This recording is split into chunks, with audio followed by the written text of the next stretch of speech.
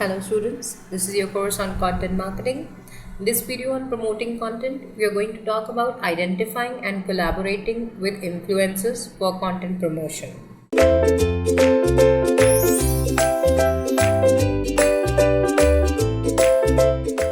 To begin with, let's understand who influencers are and what exactly is it that they do which makes them so important for content promotion.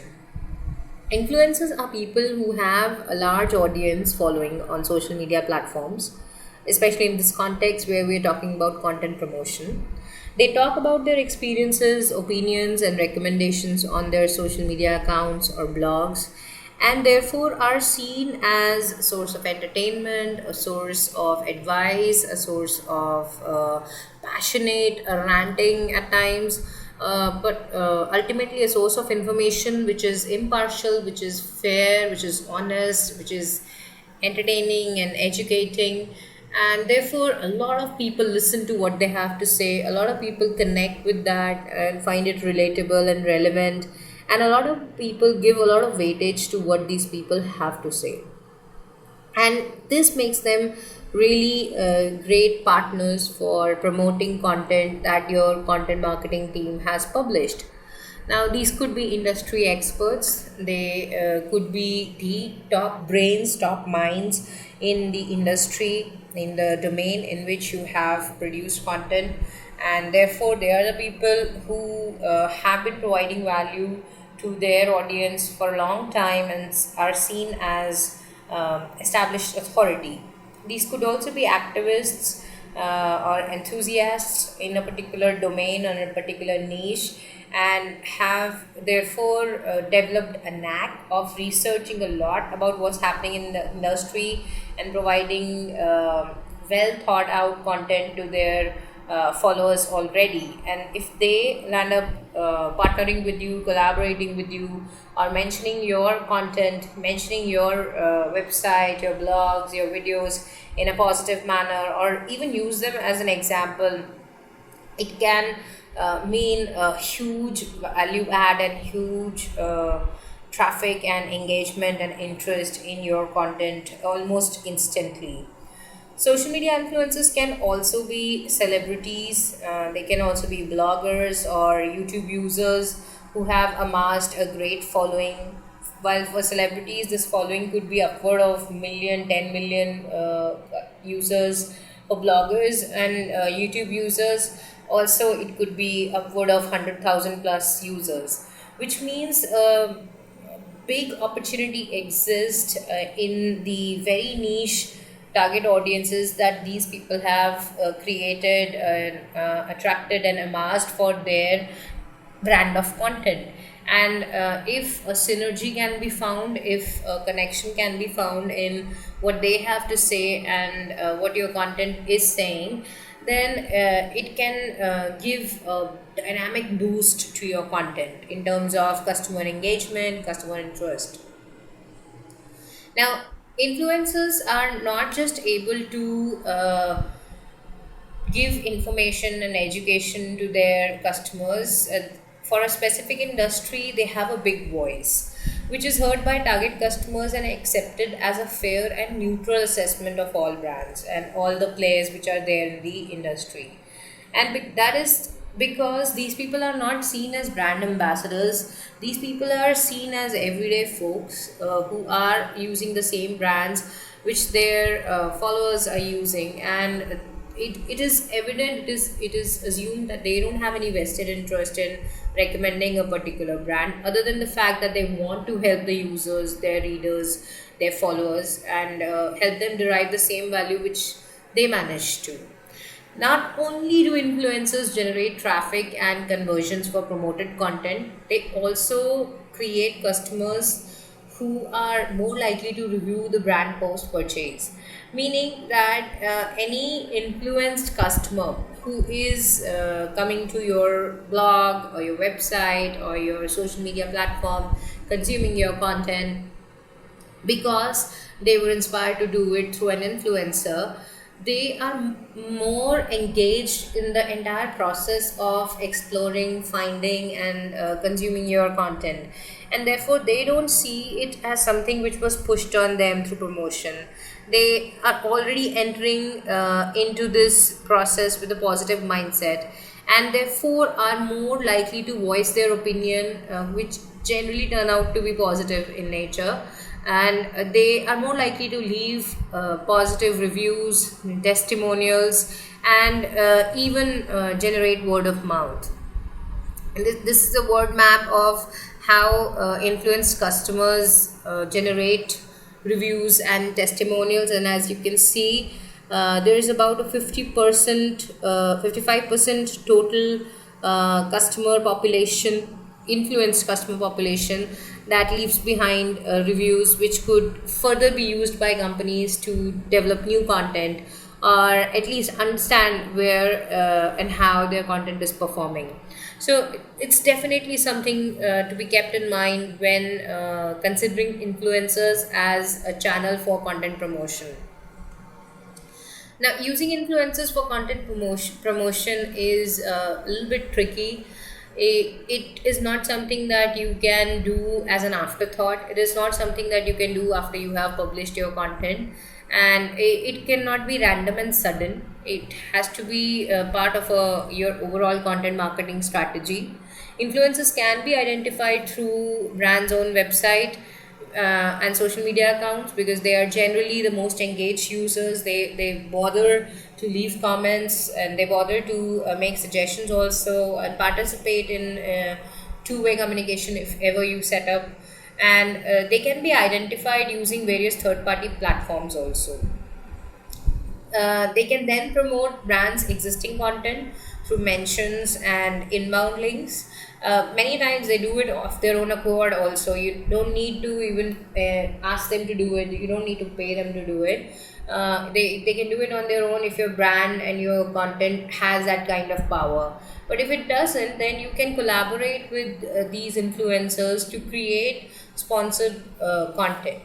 But in order to do so, your strategy should be engaging with influencers in the very beginning, without asking them to talk about your brand, without asking them to create sponsored content, but just engaging them, learn what their voice is like, what their message is like, learn about their content, at times even promote their content on your website, on your blogs, on your social media platforms.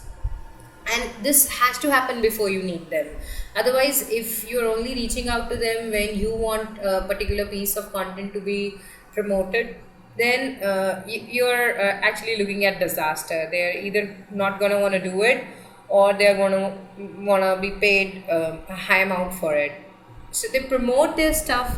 What you can do is you can promote their stuff first for a mutual value. Give them that kind of traction, give them that kind of visibility, and let them see value in collaborating with you. And once that is done, you can then add them to your content initiatives, and even provide their quotes, call outs, and short interviews on your platform, and eventually expect that in a turnaround fashion, and see your events, see your content getting promoted on their platform without really investing in it. So it could be like a bargain kind of a situation ultimately, but it takes time to cultivate. And while social media for content promotion can be your first step, this is like a pre-first step, and should be something which is brewing in the background and can start deriving results at a later date for you. Now, influencers can do social media promotion, and because we are considering digital content promotion majorly, we are looking at social media influencers and not at physical or offline influencers like doctors, architects, and all. So what we are looking at are people who have a fan following on social media, and they are relevant to your niche. They're talking about products, solutions, which your company is providing, which your industry provides, and therefore there is a match between what they're already talking about and what your content is about. And how you can use them, I've used two examples here. The first one is wherein this particular influencer went to Jasper's Market and then posted a few photographs with a little bit of text in her social media feed, that from gym days to glam nights, my Jasper's Market beauty essentials keep me ready to go. She has posted one photograph of her using the product and another of the products put together in a aesthetic sense. And then, since it's a sponsored post, it means that it has been created in collaboration with Jasper's Market. They have told her what to do or what to post and what kind of content they want exactly. And she's created that and published it on her own account, Miranda Miller Fitness, that is the account. And then, as per the standards of the social media platform, she has to, of course, indicate that it is a sponsored post. But what most of her followers would ignore is the sponsored thing, which is highlighted there, and would simply pay attention to the post, thus sort of forming a positive opinion of Jasper's Market as a brand. Now, what Jasper's Market has done in return is that they have shared this particular social media post of Miranda Miller Fitness. So, as you can see, this is kind of a barter happening. It's also a great way to create new content for the company. And on their own social media feed, they have published this social post by Miranda Miller. So, the influencer and the brand are generating content for each other and are very much in sync and driving good results for each other. Similarly, as you can see here on Instagram, also sponsored posts can be about the brand. Herein, what you see is an influencer, the philosophy, who is posting this particular photo in paid partnership with Lululemon.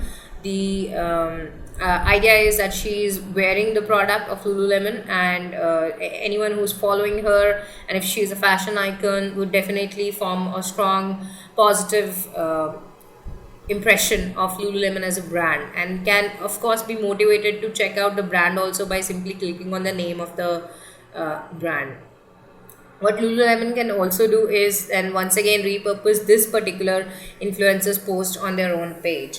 So what is happening here is that the influencers are entering into a collaborated, symbiotic kind of relationship with brands to generate content of value for both parties involved.